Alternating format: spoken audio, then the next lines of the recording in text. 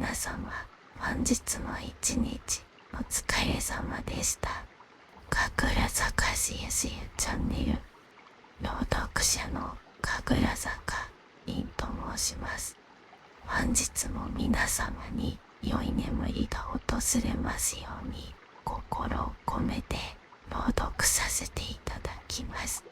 本日の朗読作品は川の記憶と月夜の約束、白秋のポストと流れる手紙、麦畑の川辺と風のポーションの3作品をゆったりと朗読させていただきます。皆様におかれましては、目を閉じリラックスして静かな朗読の世界に耳を傾けてください。これからも皆様にたくさんの癒しをお届けできますように、お休み前にチャンネル登録を忘れずにお願いいたします。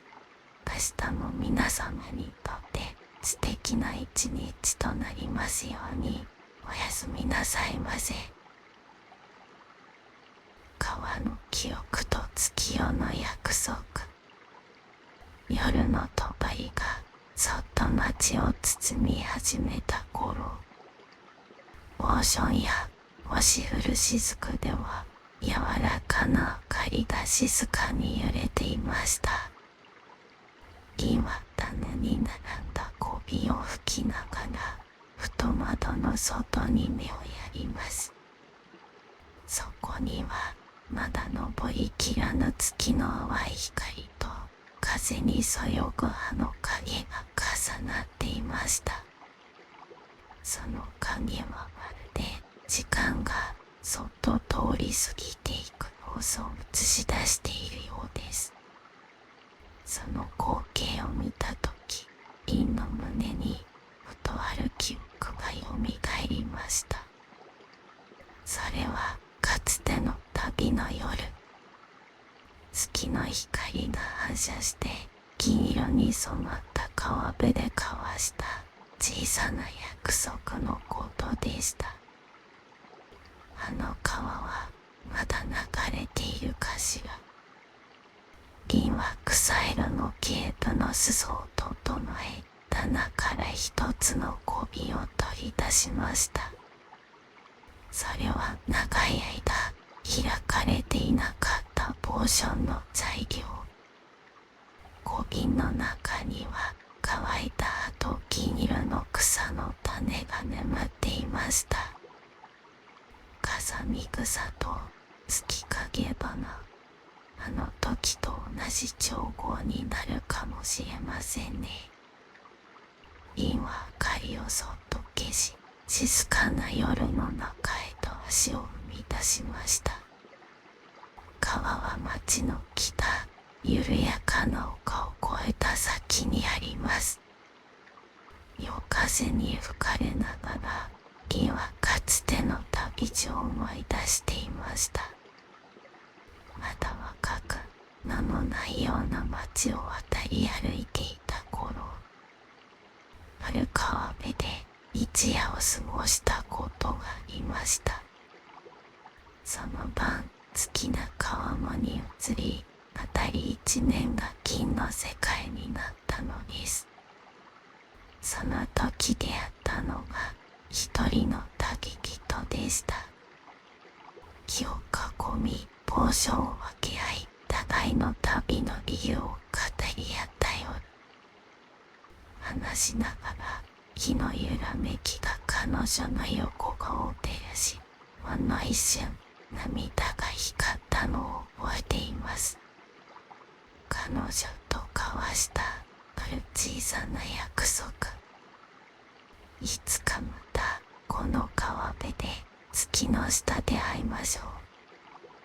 それは特別な言葉ではなかったはずなのに、銀の心の中に今も消えずに残っていました。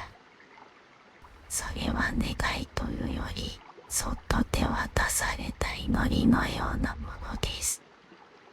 丘を越えると遠くから水の音が聞こえてきました。その音は記憶にある川辺よりも少しだけ静かに流れています。やがて視界の先に川が現れました。満月がちょうど空の中央に昇り、川面に銀の帯を描いています。ここは昔から何一つ変わりませんね。リンはその場にしゃがみ込み、草の上に手を置きました。風が吹き抜け、髪の先を優しく揺らします。あの夜と同じように誰かが来る気配はいませんでした。けれど寂しさはありません。ただ風と川の音が記憶を柔らかくなぞっているように感じられます。心の中にあった小さな空白が今そっと満たされていくような感覚。リンは小さな布包みを開き、小瓶の中身をそっと取り出しました。カサミ草の葉と月影花の種、どちらも旅の途中で彼女が手渡してくれた素材でした。時間を超えてもこの素材はちゃんとここに残っていたのですね。川辺の石を一つ選び、その上に材料を丁寧に並べていきます。ポーションの調合はただのものづくりではありません。素材と向き合い、思いを汲み取り、記憶の音を聞くこと。それはリンにとって祈りにも似た作業でした。自分と過去と、そしてどこかで同じ月を見ているであろう誰かと静かにつながる時間。やがて月の光が種を照らし、淡く揺らめきます。リンはその光を映すように小さな瓶に種と葉を入れ、そっと封を閉じました。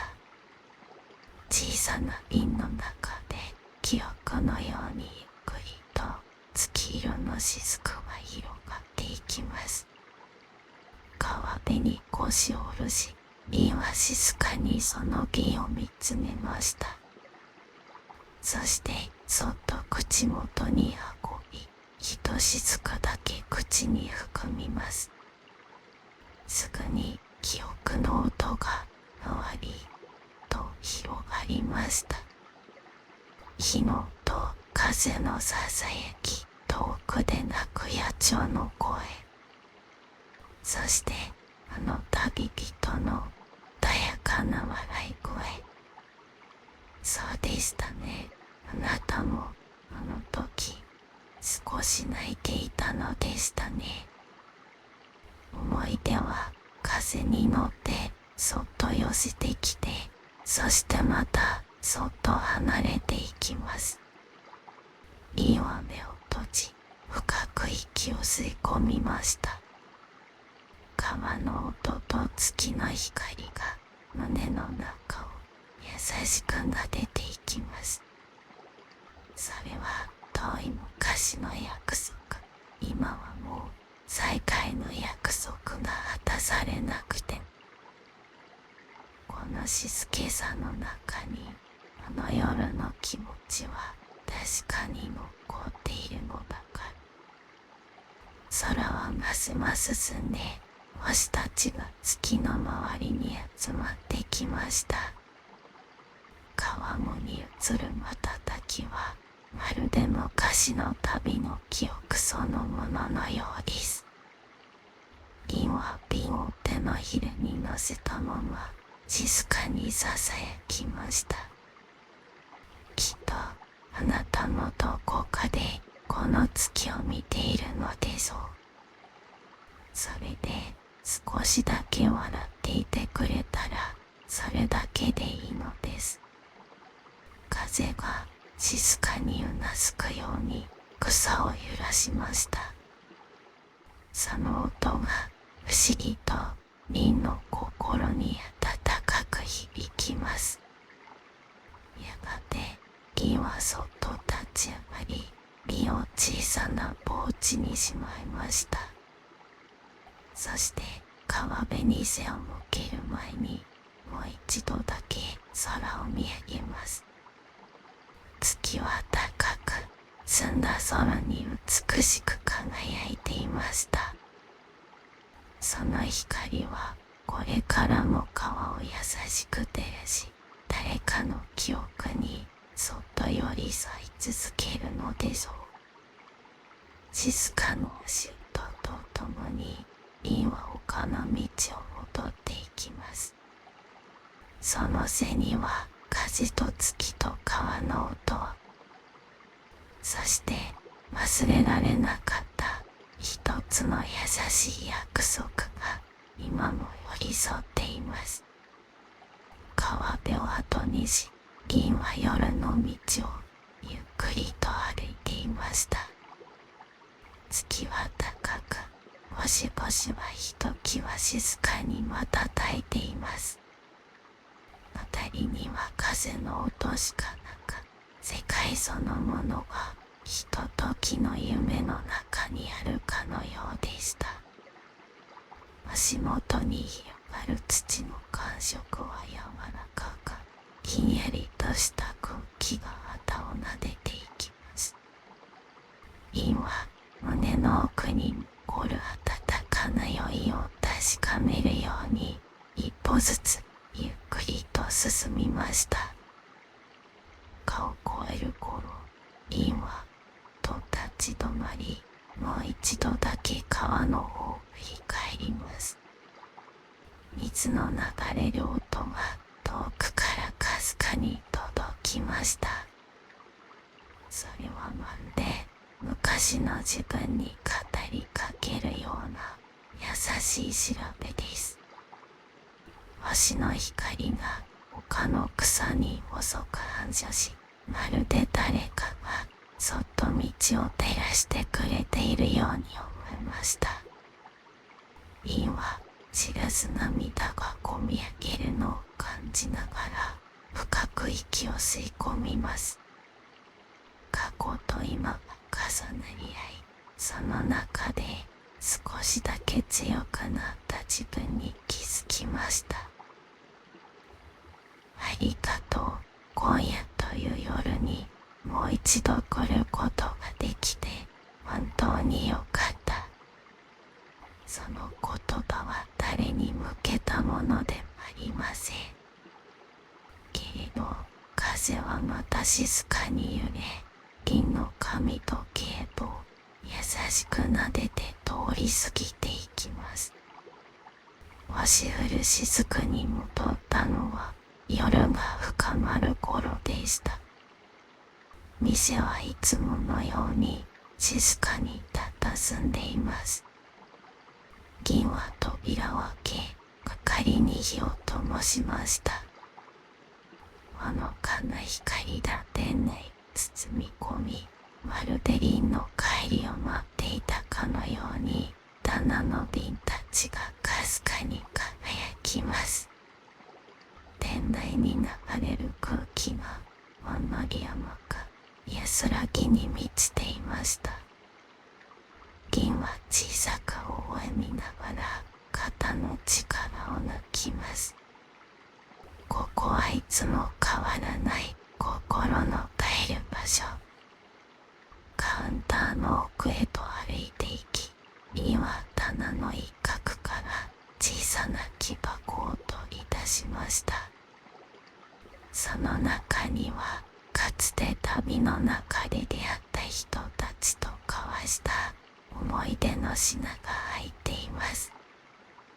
古びた草の実、乾いた花びら、小さな石のかけら。どれも名前はついていないけれど、心に深く刻まれたものばかりでした。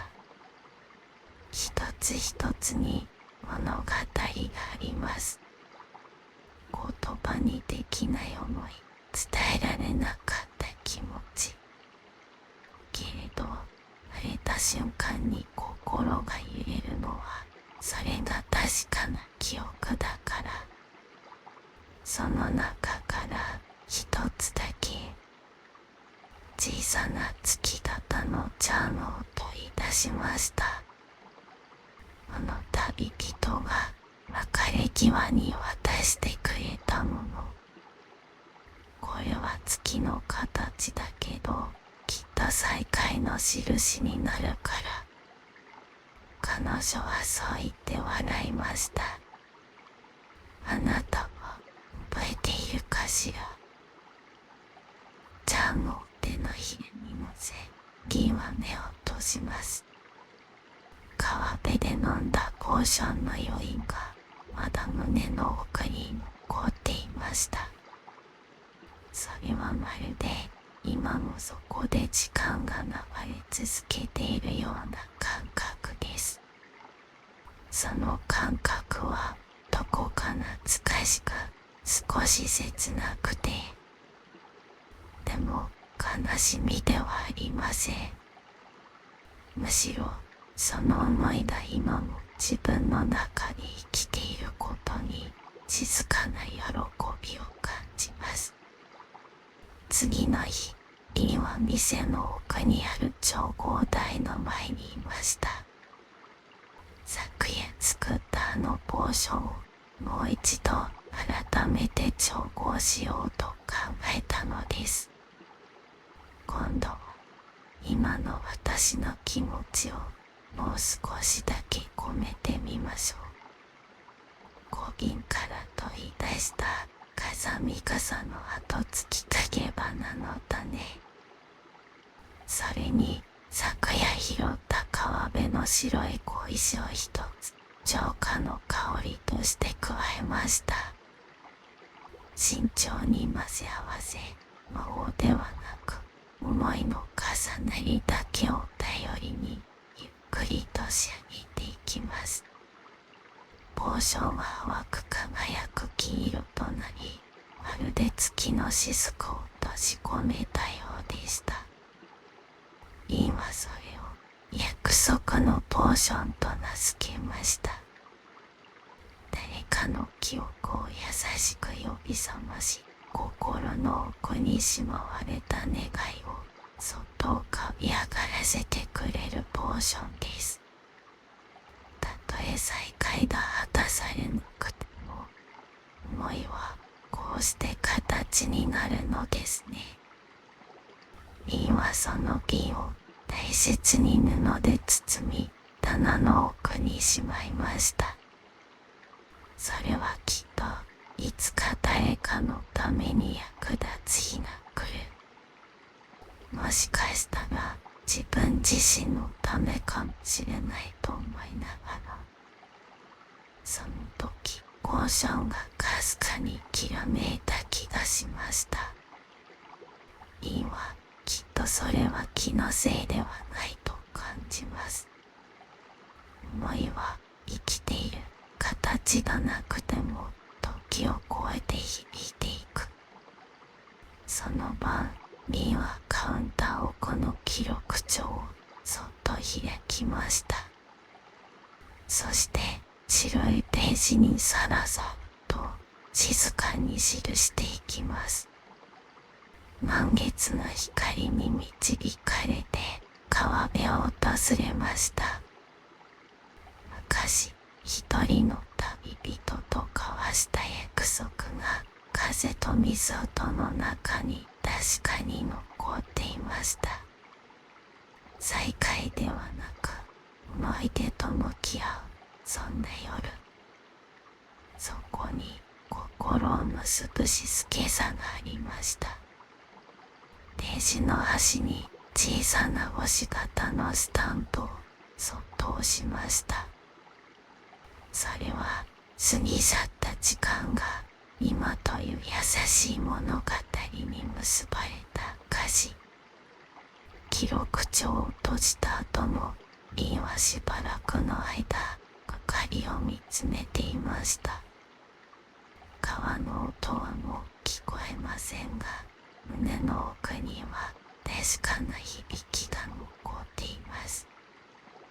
あの旅人にもう会うことはないかもしれません。けれど思い出はとどまり続け、ポーションとして形になり、これからも誰かのもとへと届いていくでしょう。外では雲の切れ間からまた月が顔を覗かせていました。金色の光が静かに差し込み、店の中に淡い影を落とします。イーはその光の中にそっとささやきました。約束の音はこういうものなのかもしれません。言葉でもなくて静けさの中にある。そしてそっと目を閉じます。ゆっくりと深呼吸をしながらその夜の空気を胸いっぱいに吸い込みました。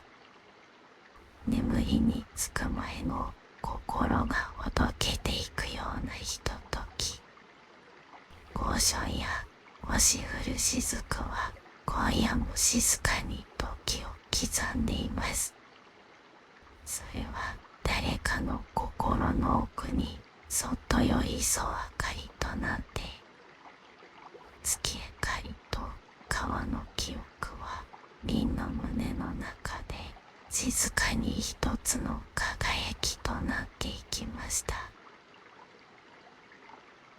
白州のポストと流れる手紙、向きが風に揺れていました。日差しは柔らかく、空はどこまでも澄んでいて、塔というより少し黄色が混じったような光をたたえています。この季節になると、ポーションや押し降る雫の周りにも麦畑の香ばしい匂いが流れてきます。ほんのりと甘く、土と太陽の記憶が混じったような匂い。それは夏が近づく合図でもありました。イーは朝早くから店の掃除を終え、カウンターの奥でポットにお湯を注いでいました。棚の瓶たちが光を反射し、色とりどりにきらめいています。その中に一つだけ特別な瓶がありました。それは数日前、川の流れに乗って小川にたどり着いた小さな瓶。ガラスは少し曇っていて、ところどころに水中を旅した名残のような傷がついています。蓋はしっかりと閉じられ、中には小さく折りたたまれた紙切れと何粒かの花の種が入っていました。流れ着いた手紙というには随分遠い旅をしてきたのですね。銀はそっと瓶を開け、手紙を広げます。少し水に濡れて滲んでいましたが、丁寧に書かれた文字はまだ読み取れました。風の季節が来るたびに君を思い出します。会えなくなっても君が笑っていてくれることを願っています。これは僕の最後の手紙です。君がどこかで幸せに暮らしていますように。最後に署名はありませんでした。けれどそこには確かに曇りが宿っているように感じられます。リンは静かに息をつき、再び瓶に手紙を戻しました。そして一緒に入っていた花の種を手のひらに乗せてじっと見つめます。それはおそらく風待ち草と呼ばれる初夏に咲く小さな青い花の種。その日、リンは中庭に出て小さな鉢にその種を得ました。指先でそっと土をかぶせ、水をやり、少しだけ空を見上げます。見えない誰かへの思いは、時にこうして流れに乗って、新しい命に変わっていくのかもしれませんね。終わった後、鉢のそばに小さな札を立てました。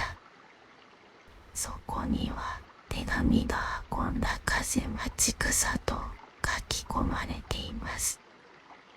午後になってふとした気配にリンが扉の方を振り返ると、そこには小さな女の子が立っていました。麦わら帽子をかぶり、大きめのリュックを背負っています。こんにちは、ここってポーション屋さんですよね。そうですよ。いえ、すいません、どうぞ中へ。女の子は恐る恐るカウンターに近づき、少し頬を絡めながら言いました。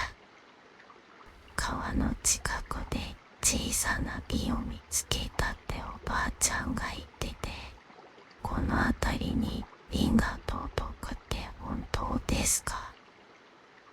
リンは微笑み、うなずきました。ねえ、たまにですけどね。風や流れが誰かの思いを運んでくれることがあるのです。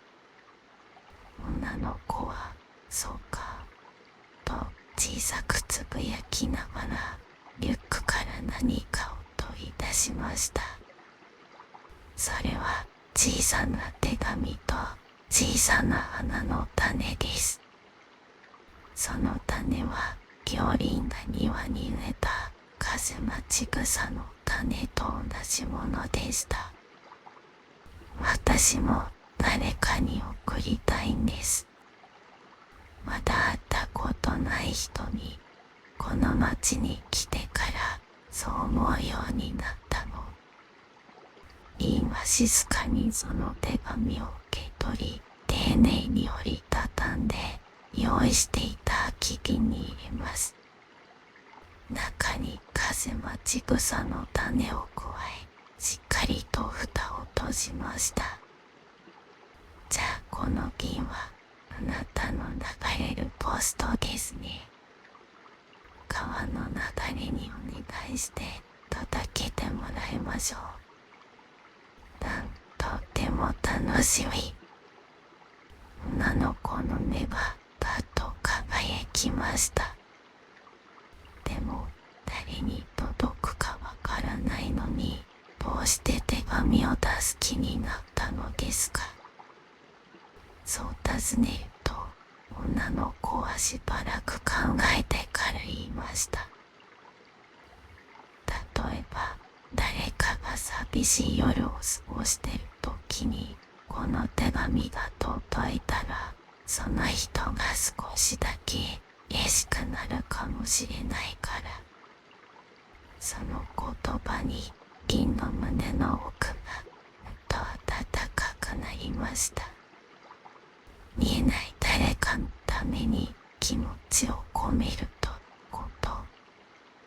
それは目に見えなくても確かに届くものだと改めて感じさせられたから。女の子を見送った後、銀は先ほどの瓶を手に店の外へ出ました。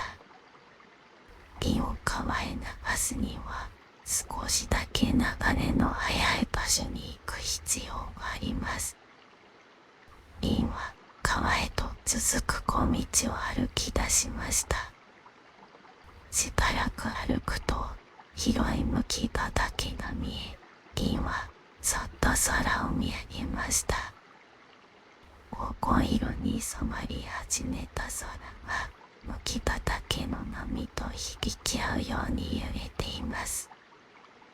銀はその風景の中を静かに歩いていました。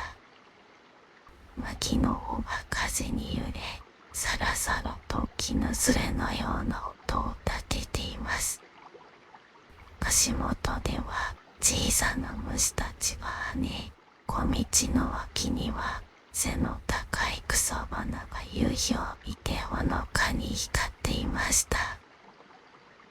時折立ち止まりながら、銀は手にした瓶をそっと見つめます。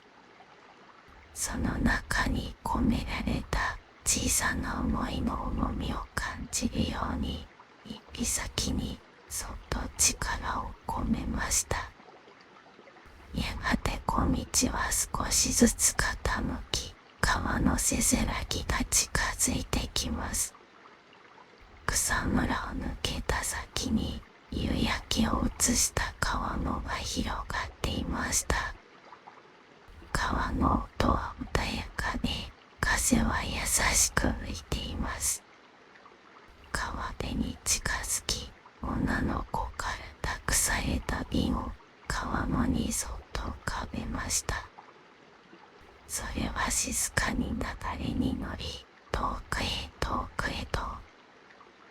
女の子の思いを乗せ、またどこか心へと向かっていきました。誰かへ届きますように見えないけれど、優しさはきっと届くと信じたいから。そう言って銀はもうしばらく川辺を歩きながら、次にどんな思いがどこだろうと考えていました。川の音と風のささやきが寄り添うように響き、まるで任せてとそっと背中を押してくれているようです。その夜、風待ち草の鉢を見に行くと、根が一つだけ土の中から顔を出していました。小さくて儚くて、それでも確かな命の形。銀はそれを見つめながら小さく微笑みました。言葉では届かない思いが、こうして誰かの中で芽を出し育っていく。たった一つの種が見知らぬ誰かの胸の奥に静かに根を下ろすように。学習の風が吹くたびに、そのことを忘れずにいたいと、そう思ったんです。川を訪れた翌朝、店の前には朝露に濡れた麦の香りがふわりと立ち上っていました。銀は静かに鉢植えの風待ち草を覗き込みます。小さな根はさらに背を伸ばし、光を目指して葉を広げていました。その姿はまるで誰かの願いが目に見える形となって、今この場所で呼吸しているようです。届いたのかもしれませんね、あの子の思いも。ふと扉のすすが控えめになりました。入ってきたのは年配の男性でした。麦色の帽子をかぶり、旅のカバンを持っています。静かに店内を見渡しながら目を細めて微笑みました。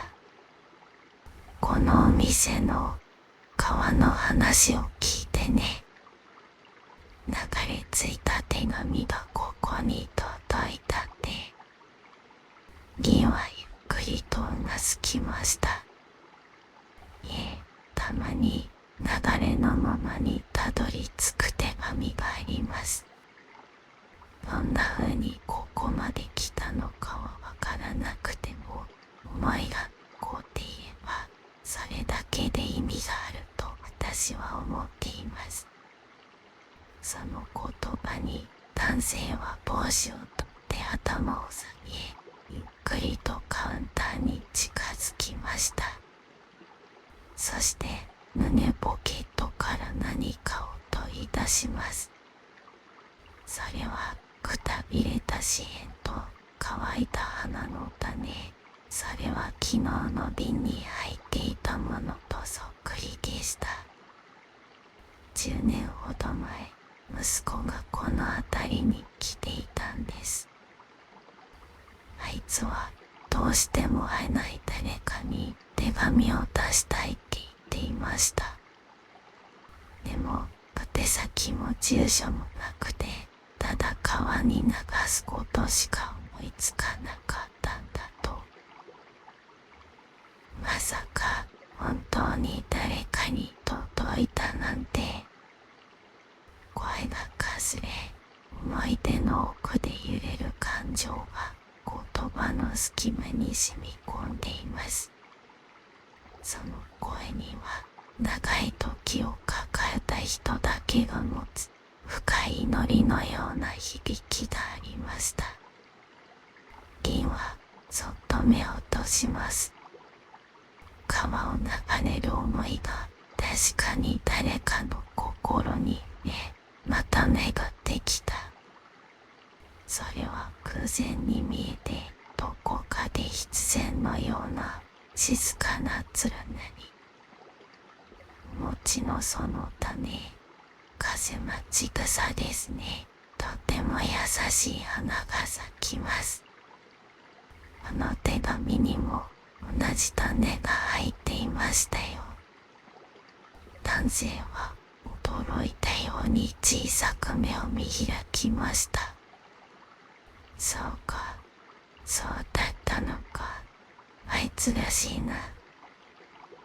しばらく沈黙があり、やがて静かに椅子に腰掛けると男性は言いました。よければポーションをお願いできませんか。この思いが込められたような優しさのあるポーションを。インは一つうなずくとカウンターの棚へと向かいました。目を閉じ、手のひらに風待ち草の種を一粒乗せてそっと息を吹きかけます。手紙を読んだあの日の風、寝時の気配、少々の笑顔、流れゆく瓶の静かな音。その一つ一つはまるでハーブや水のように混ざり合い、瓶の中で色と香りをまとっていきます。手のひらの中で見えない時間がそっと回り始め、遠い記憶と優しさが静かに調和していきました。淡い青緑色の液体が小瓶の中に注がれます。瓶の底には一粒の風待ち草の種。目に見えない優しさのように、それは静かに沈んでいました。流れの手紙と名付けました。きっと心の中止まった川をそっと動かしてくれると思います。ポーションを受け取った男性は静かにお礼を言って店を出ました。去っていく背中にリンはそっと視線を向けながら思います。人と人との思いは言葉よりもずっと深い流れの中でつながっている。たとえ会えなくても伝えられなくても、心はどこかでそっと触れているのだと。人知れず流れていく優しさが、こうして誰かの歩みを支えている。それはこの世界にまだ希望があると教えてくれる証でもありました。店の中に風が吹き抜けるような静けさが訪れた頃、リンは記録帳を開きました。そしてこの出来事を静かに綴ります。瓶に込められた思いが再び誰かの心に届きました。流れゆく優しさは時を超えて静かな涙を生む力を持っていました。ページの端に小さな星型のスタンプをそっと押します。それは誰かを思う気持ちは優しく巡り、また芽吹いていくという証。夜になり、空には星が瞬き始めていました。リンは中庭に出て、風待ち草の鉢のそばに腰を下ろします。その花はほんの少し追いつごみをつけていました。川の向こう、麦畑の向こう、誰かの部屋にもこの思いの風が届いているかもしれないと思うと、胸の奥が静かに暖かくなります。ポストも住所もいらない。言葉にならなかった気持ちがこうして見えない誰かをそっと癒している。リンはその思いを信じていたいと思いました。今夜も風は優しく吹いています。瓶に込められたいくつもの思いが川を流れ、やがて大地へと帰っていくように。そしてまた新しい芽がどこかでひそやかに顔を出すのです。それはきっと優しさの芽吹きなのでした。麦畑の川辺と風の闘争。海と山に囲まれた小さな町では、金色の麦が風に揺れ、さわさわとささやく音が辺りに広がっていました。小さな町の外れでは、麦の穂はちょうど実りの時期を迎えています。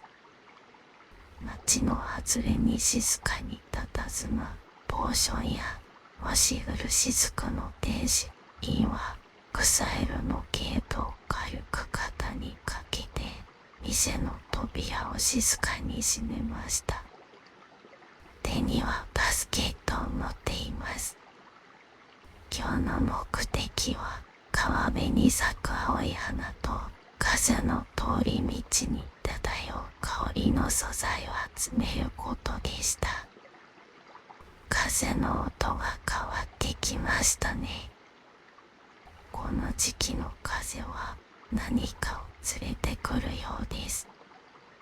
そう小さくつぶやいて、リンは麦畑の間を抜ける小道を歩き始めます。足元には淡いピンクの花がちらほら咲いていて、それをそっと避けるように歩くリンの姿は風景に溶け込んでいるようでした。しばらく歩くと目の前に小さな川が現れます。清らかな水が丸い石の間をすり抜けるように流れ、時折水面には麦の穂が一二をのりと落ちて揺れていました。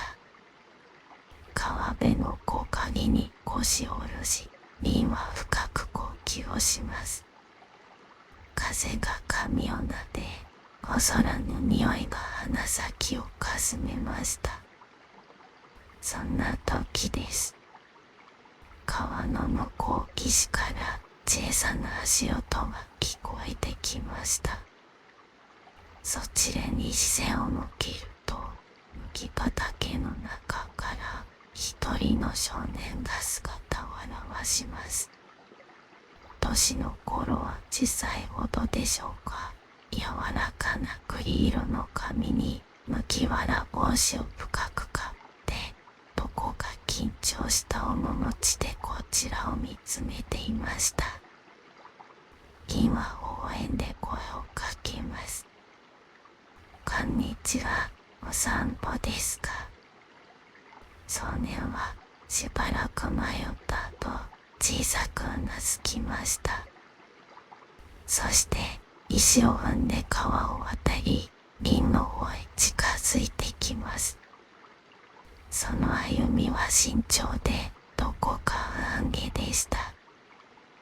ここ、よく来るのですか？総林が尋ねると、少年は少しだけ口元を緩めました。夜、眠れないとき、ここに来るんだ。川の音と風の音が聞こえるから。夜、眠れないのですか？夜、風が吹くといろんな音がして怖くなるんだ。壁の隙間とか木の枝とか、風が何かを話してるみたいな気がして。リンはその言葉にそっとまぶたを閉じました。風の子はね、それはもしかすると記憶の音かもしれませんね。記憶の音。そうです。風は時々昔の音を運んでくることあるのです。楽しかった日も寂しかった日も忘れられてしまった声も、それが夜になると風に紛れてささやくのです。少年の名はセレンと言います。セレンは不思議そうにじっとリを見つめていました。でもどうしてそんな音を持ってくるの？そうですね。それはきっとその音がまだどこかで誰かを待っているから、誰かに聞いてほしいのかもしれませんね。セレンは麦わら帽子を脱いで草の上にそっと置きました。でも僕は怖いよ。その音が来ると眠れなくなるし、胸がざわざわするから。リンはゆっくりと立ち上がりました。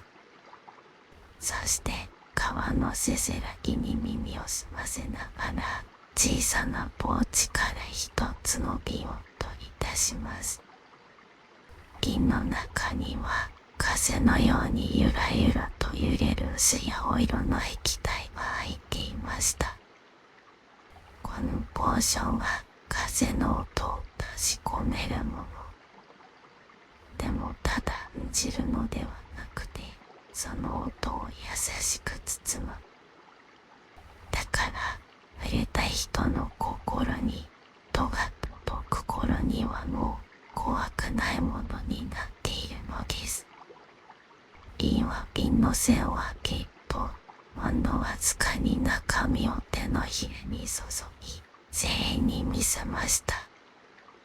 液体からは春の終わりの風のような懐かしい香りがふんわりと漂ってきます。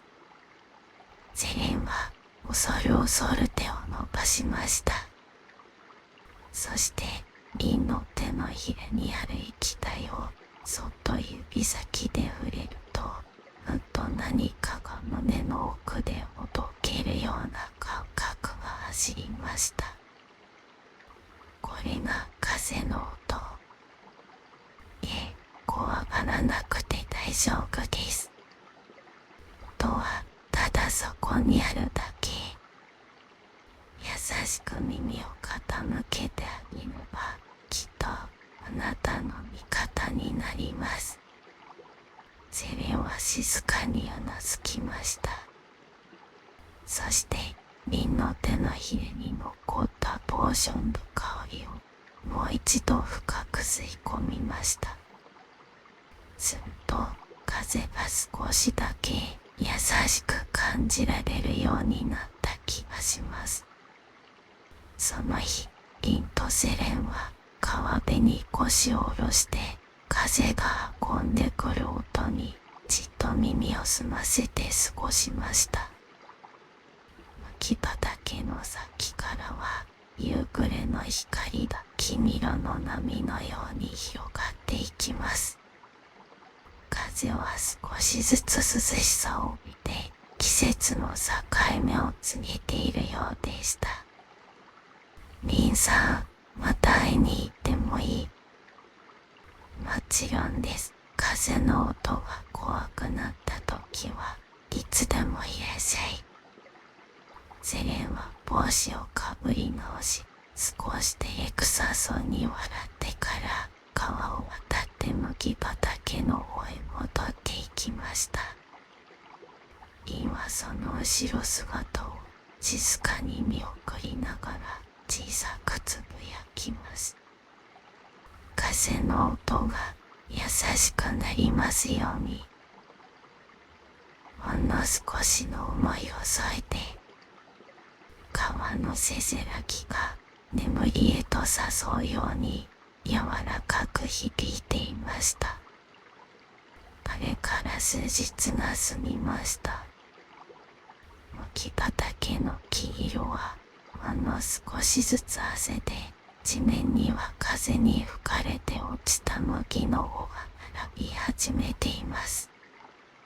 季節は少しずつ変化が感じられました。ゴーションや押し降る雫ではリンが朝から机に向かい風にまつわるポーションをいくつか試作していました。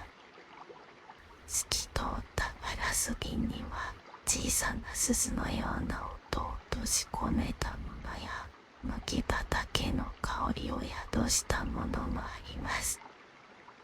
セレン君、あの風の音に少しは慣れてくれたかしら。ふとそんな言葉がこぼれたとき、店の扉の鈴がかすかになりました。扉のガラス越しに小さな帽子の影が見えます。いらっしゃいませ。リンが静かに声をかけると、セレンがそろりと店内に入りました。前よりも少し落ち着いた表情で、けれどまだ胸の奥に小さなざわつきを抱えているような瞳をしています。リンさん、また風の音が怖くなったんだ。そうですか。この前のポーションはすごく優しかったんだ。夜には風の音が心の中で丸くなってそっと背中を撫でてくれるようだった。でもまた聞こえてきたんだ。今度は違う音。セレンの声は風に押されるように揺れながらもどこか決意を宿していました。リンはうなずき、磯野を一つ引いてセレンをテーブルに招きます。どんな音だったのですか？何か呼ぶような、誰かを探してるみたいな声だったと思う。最初は怖かったけど、耳を塞いでも消えなかった。だからちゃんと聞こうとしたんだ。セレンは拳をぎゅっと握りしめながら言葉を絞り出すように続けます。その目はわずかに揺れていましたが、逃げようとはしていませんでした。リンはセレンの言葉に目を細めます。偉いですね、セレン君は。風の声を怖がりながらも逃げなかったのですね。でもやっぱり怖い。あれは誰の声だったのかな。リンは棚から一つのポーション瓶を取り出しました。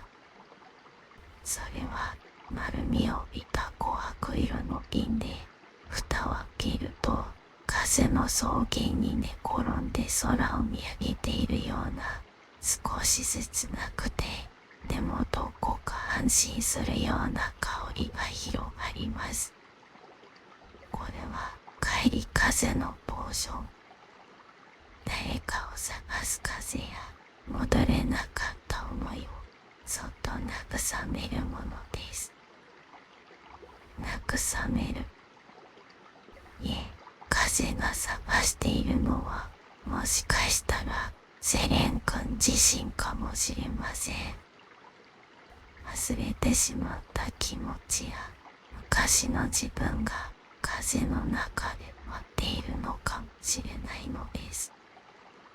インの声はまるでコーションと同じように静かに心の中に染み込んでいきます。セレンは瓶を両手で受け取り、静かに見つめました。僕は小さい頃、お母さんとよく麦畑を歩いたんだ。風が気持ちいいねって二人で笑って。でもお母さんは今もういないんだ。思い出すのが怖くて風の音をずっと避けてた。多分ずっと泣いてたんだと思う。その時店の窓が終わりと開いて風が優しく吹き込みました。ポーションの瓶が小さく揺れて鈴の音のような音が鳴ります。瓶はそっとセレンの肩に手を添えました。風は悲しみも思い出も全部抱きしめてどこかへ流してくれる存在です。セレン君の中にある大切な記憶も風と一緒に優しくほどけていきますよ。セレンの目に涙がたまります。それは静かに尾を伝い、瓶を持つ手を濡らしました。その夜、セレンは瓶から受け取ったポーションをひとしずくだけ口に含みました。風は不思議といつもよりも柔らかく、まるで母親の子守歌のように耳元でささやいてきます。その音はもう怖くありませんでした。瓶は静かになった店内で店の奥のカウンターにある記録帳をそっと開きました。そしてペンを手に取り、ページの隅からこの出来事を書き綴ります。風の音を怖がっていたセレン君が思い出と向き合いました。風はもう彼にとって恐れではなく、優しい記憶を届けるものになったようです。そしてページの端に小さな星型のスタンプをそっと押しました。それは風が癒しへと変わった一つの心の物語を結んだ歌詞。瓶は店の小道の先にある小さな丘に立ちました。視線の先には金色の麦畑とその向こうを流れる川が見えます。風は柔らかく、そして確かに記憶を運んでいました。ふと遠くにセレンの姿が見えました。彼は川辺に立ち、風を真正面から受けてゆっくりと深呼吸しています。帽子を脱ぎ、風に向かって何かをささやいた後、彼は空を見上げました。その横顔はもう以前のように怯えてはいません。むしろ風の音に微笑みかけるような、そんな表情をしていました。瓶はそっと目を閉じ、風の中に小さく祈ります。風よ、彼の心をどうか優しく包んであげてください。そしてこれからも記憶を運ぶ友として静かな夜に寄り添ってあげてください。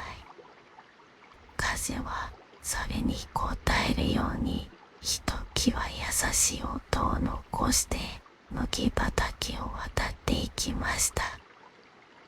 やがて風の匂いは変わってゆきます。ほんの少しだけ新しい季節の香りを含んだその風にリンはそっと応援でゲープの端を押さえながら店へと歩き始めました。季節は静かにけれど確かに眠っていきます。そしてその度に風はまた誰かのもとへと新しい物語を運んでゆくのでしょう。ご清聴ありがとうございました。すでに眠りに疲れていれば幸いですが、まだご覧いただいている方はおられますか？おられましたらチャンネル登録をしていただけると嬉しいです。これからも心地よい朗読をお届けいたします。どうぞ素敵な夜をおやすみなさいませ。